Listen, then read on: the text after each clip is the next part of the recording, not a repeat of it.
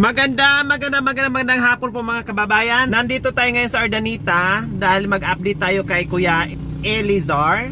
Ayan, no, yung pasyente natin na naputulan ng paa. Ngayon po mga kababayan, hindi tayo makadiretso kasi dadaan po ng tulay. Yung tulay inaayos po, no. Ang makadaan lang, ang pwede lang makadaan is tricycle lang at saka mga single na motor. So tayo, kumuha tayo ng tricycle. So ayan po mga kababayan, kinarga po yung ating bitbit papunta doon kay Elizar para maihatid natin dahil kasama na po yung update natin sa kanya.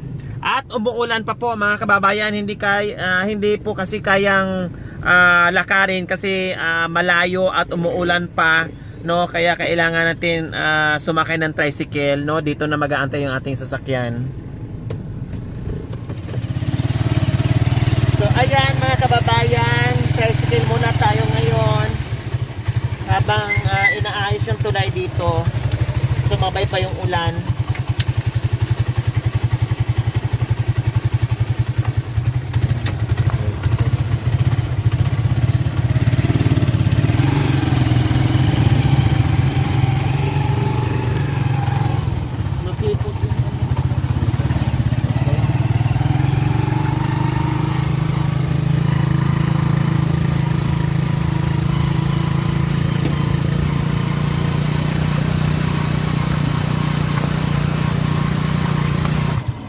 Itong bahay. Opo. Kuya. Salamat kuya ha. So ayan mga kababayan, no. Nakarating na rin tayo dito sa bahay ni Kuya Elizar.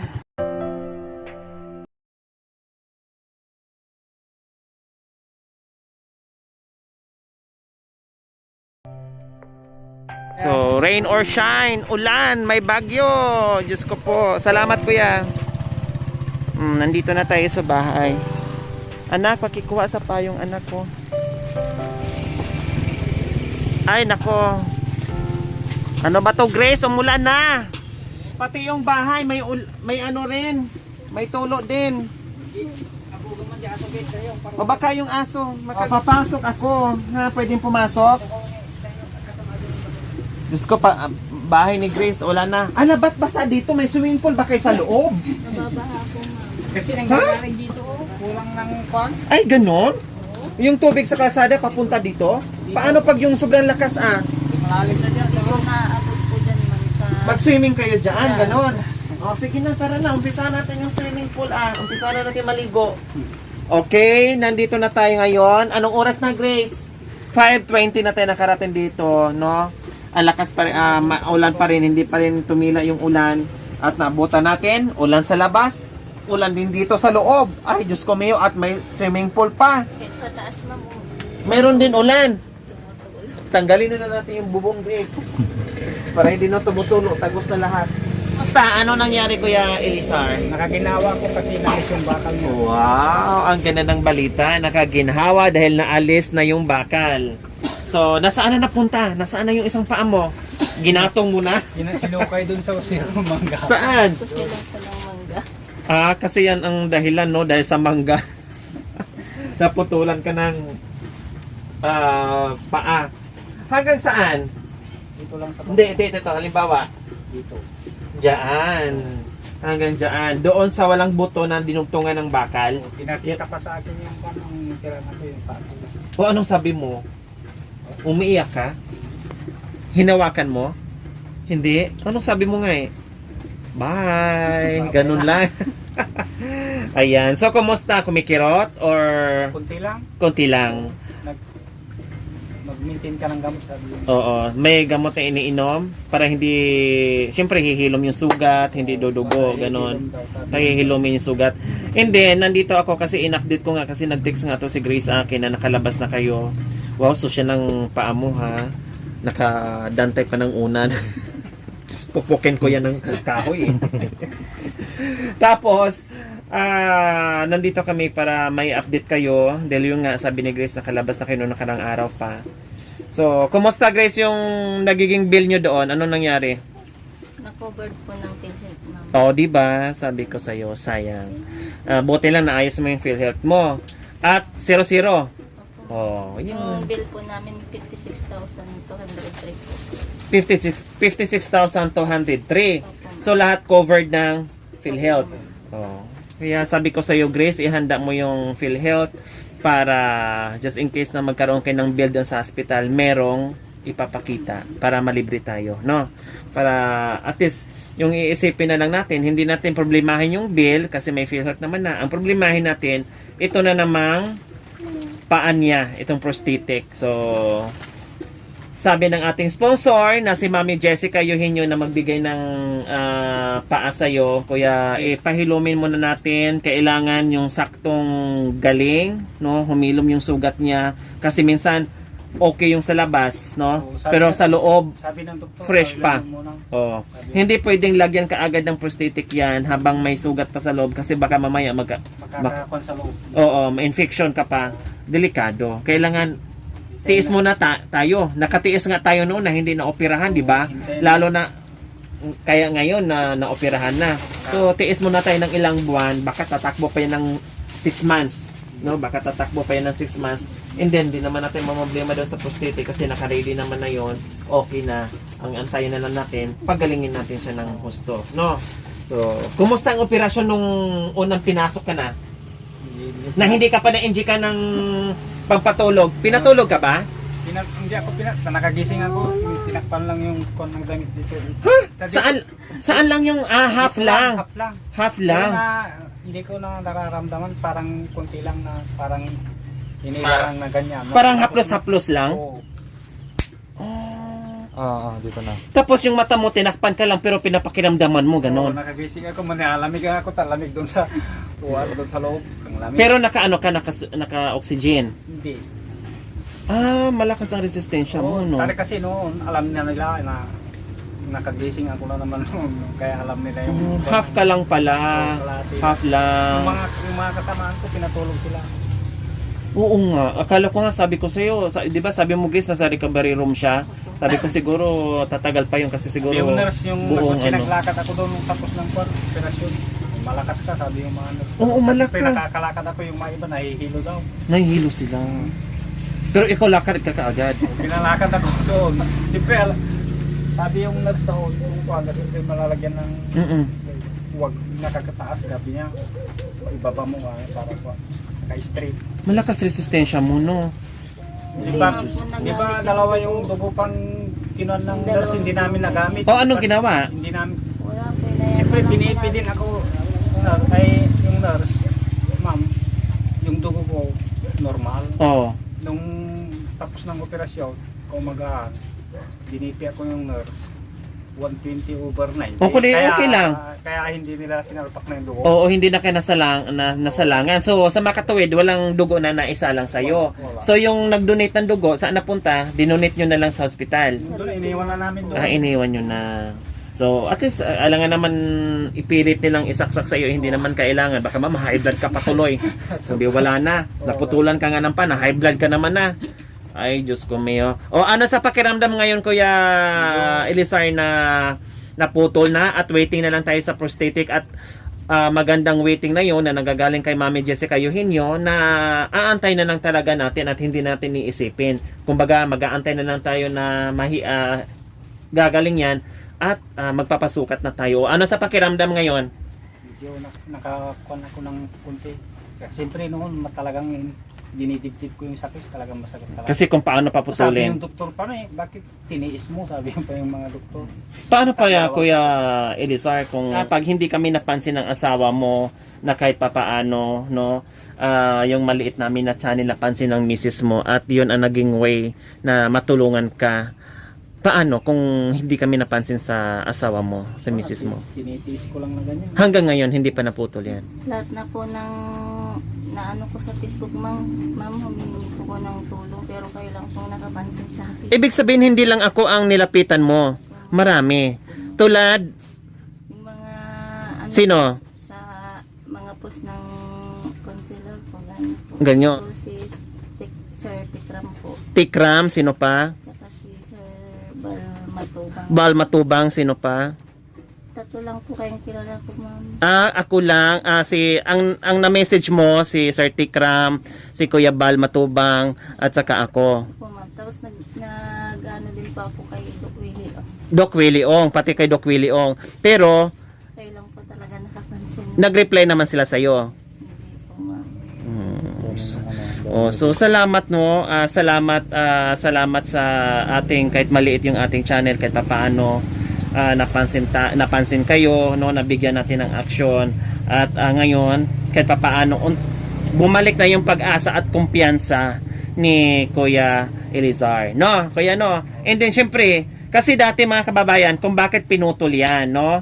Ang sabi po kasi ng doktor, hindi na siya pwedeng dugtungan kasi natagalan kasi po mga kababayan, hindi na nagfa-function yung paa niya. So, syempre, sa tagal, hindi na siya tawag nito, nabakal, no? Parang sana dagtungan.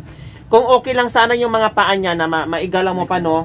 Pwede pa dugtungan yun, may chance pa. Kailang, inabot ng ilang buwan? 2 taon na yun. Diyos ko po, akala ko buwan lang.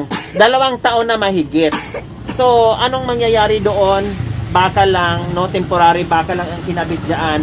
And then, ito pa nang gumagano na, no? Nagkaganyan na yung mga daliri niya sa paa. Kaya ganun po.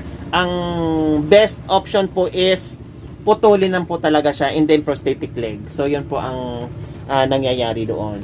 Kaya yun po yung kasagutan doon. Bakit hindi dinugtungan or hindi pinabakal dahil hindi na po pwede. So, ito lang po ang bukod tanging pwedeng gawin na ibang opsyon na pwedeng malagyan ng prosthetic leg. So, syempre, kayo, Grace, kasi kayo lahat ang nagsakripisyo. Buhat nung si Kuya Elizar ay nadisgrasya hanggang ngayon, alam ko ang bit mong problema, no? So, ngayon, ano sa pakiramdam mo na kahit papaano may pag-asa na at makabalik na siya sa dati niyang pamumuhay? Papasalamat po ako sa inyo, ma'am. Kasi kayo lang po talaga yung nakapansin sa amin, ma'am. Tsaka kay Ma'am Jessica po na magbibigay po ng ng prosthetic leg po sa asawa ko. Hindi po dahil sa inyo. Talagang ganun na lang po yung paa ng asawa ko. Habang buhay Po, magtiis. ma'am. Mag-aantay na lang kung kakayanin ni Kuya Elizar. So, ayan. So, yun nga sabi ko sa inyo. Saka umitim pa daw, sabi yung nag-opera na. Umitim na, di ba? Sa babagaw. Dito. Hindi, kahit nung una na nandito kami, di ba? Iba ang kulay. Kaya nga noon, Kaya sabi niyo makirot na. hindi, Kung saka po minsan nilalagnat mainit po ako. siya. Oo. Ngayon doon sa ospital yung opera wala na. Kasi pag maabutan pa yun ng ilang buwan, hindi natin baka mamaya ma-infection pa. At yun ang delikado pag hindi naputol, pag na-infection. Kaya ayan, sabi ko nga sa inyo, habang tayo ay nabubuhay, na minsan akala mo wala natin pag-asa sa buhay, pero hindi natin akalain, merong ibibigay at ibibigay sa atin ng Panginoong Diyos, no? Gagamitin niya para yung mga taong tulad yung mabigyan ng pag-asa, no? Mabuhayan ng pag-asa. So ayan, maraming salamat dahil ligtas ang operasyon, okay ka, malakas ang pangatawan. So syempre, excited ka na rin, gumaling yan at para makakapaghanap buhay. At si Grace, may katuwang na muli, no? So back to normal. Syempre, ganun pa rin, hindi sa unang galing mo, syempre hindi naman pwede lahat gawin mo. Syempre, alalay lang din, no? Alalay lang din, unti-unti, alalay lang. Sabi yung doktor pa, mag-therapy ka talagang ilakad-lakad mo. Oo, ganun ang gagawin. Kumbaga lahat ng mga, kasi ilang taon ka rin nakaupo lang eh. So, dandahan ka muna sa trabaho, therapy ka muna, lakad-lakad, painit dyan. Huwag mong biglain yung katawan mo sa trabaho, no? Darating at darating din yan. Nandito pa naman si Grace ang makaalalay sa'yo, no? So, ayan. So, nandito kami dahil may dala-dala din kaming biyaya sa inyo. Oh, ito, meron kayo ulit na isang sakong bigas. At ito, meron ding itlog. Anong ulam nyo ngayon? Pilis lang po ang luto ko, ma'am. Pilis? Oh, tamang-tama, may itlog. Lalagyan. And then, anong meron dyan? Meron tayo ditong mga kape. Kape na tayo. Tapos, syempre, pamerienda ng mga bata. Nagmerienda kayo? Hindi.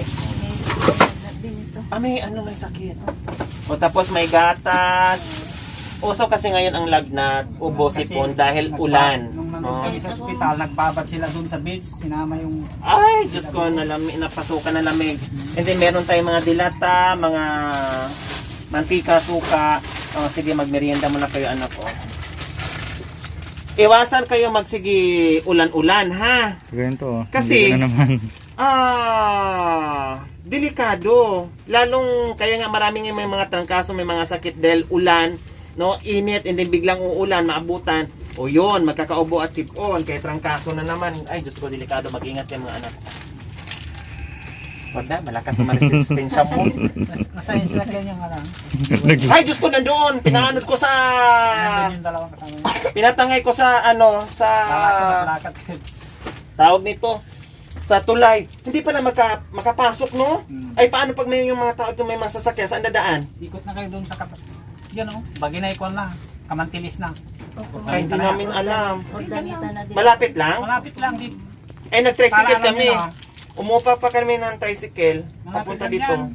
Saan dan? And then, o sige, magbigay pa ako ng pangbili mo ng ulam para bukas sa mga anak mo. O, 500 pesos. O. Para pambili mo ng ulam, no? Karne or isda, ha? Bili mo bukas. Para, siyempre, magpasalamat muna tayo. Maraming salamat po sa ating sponsor, Love from New York, Ma'am Lai, Ma'am Bing Sarmiento. Sila po mga kababayan yung ating mga pioneer sponsor na talagang mula noon hanggang ngayon walang kasawa-sawang pagmamahal, no, at tumulong sa mga kababayan natin na lubos na nangangailangan. Maraming salamat po sa inyo, Mrs. Sponsor. Sa mga sponsors po na nagbigay ng groceries po tsaka pera po, maraming salamat po sa inyo. Sana hindi po kayo magsawang tumulong sa mga mahihirap na katulad po namin. Salamat po. Kuya Elizar. Maraming sa mga sponsor na tumulong sa akin tapos magbibigay ng Titik. display. Maraming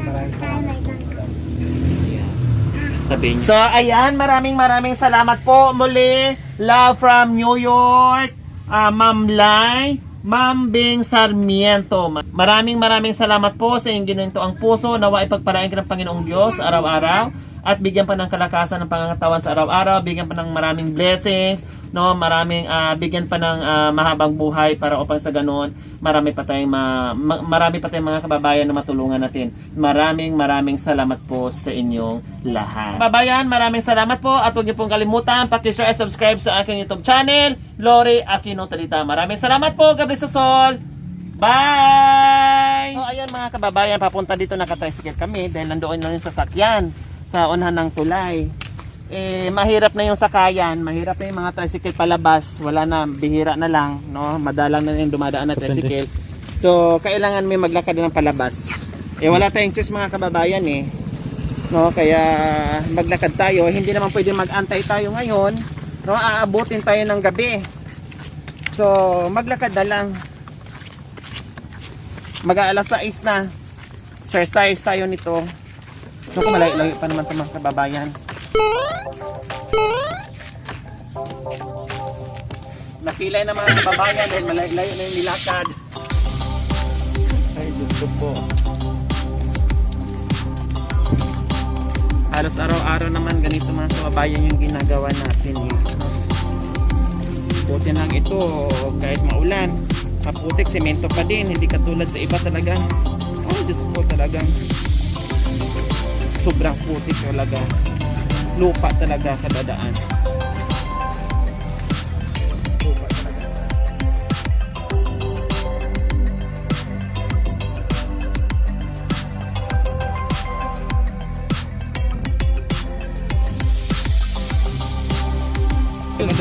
Maitit yung paa namin. Marami pa kanyang mission. Maawa kayo sa amin.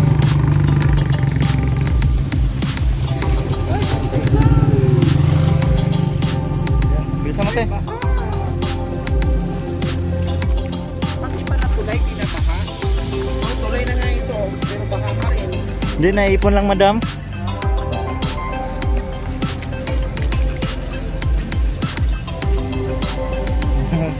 Madam, tumalon ka na. Takbo!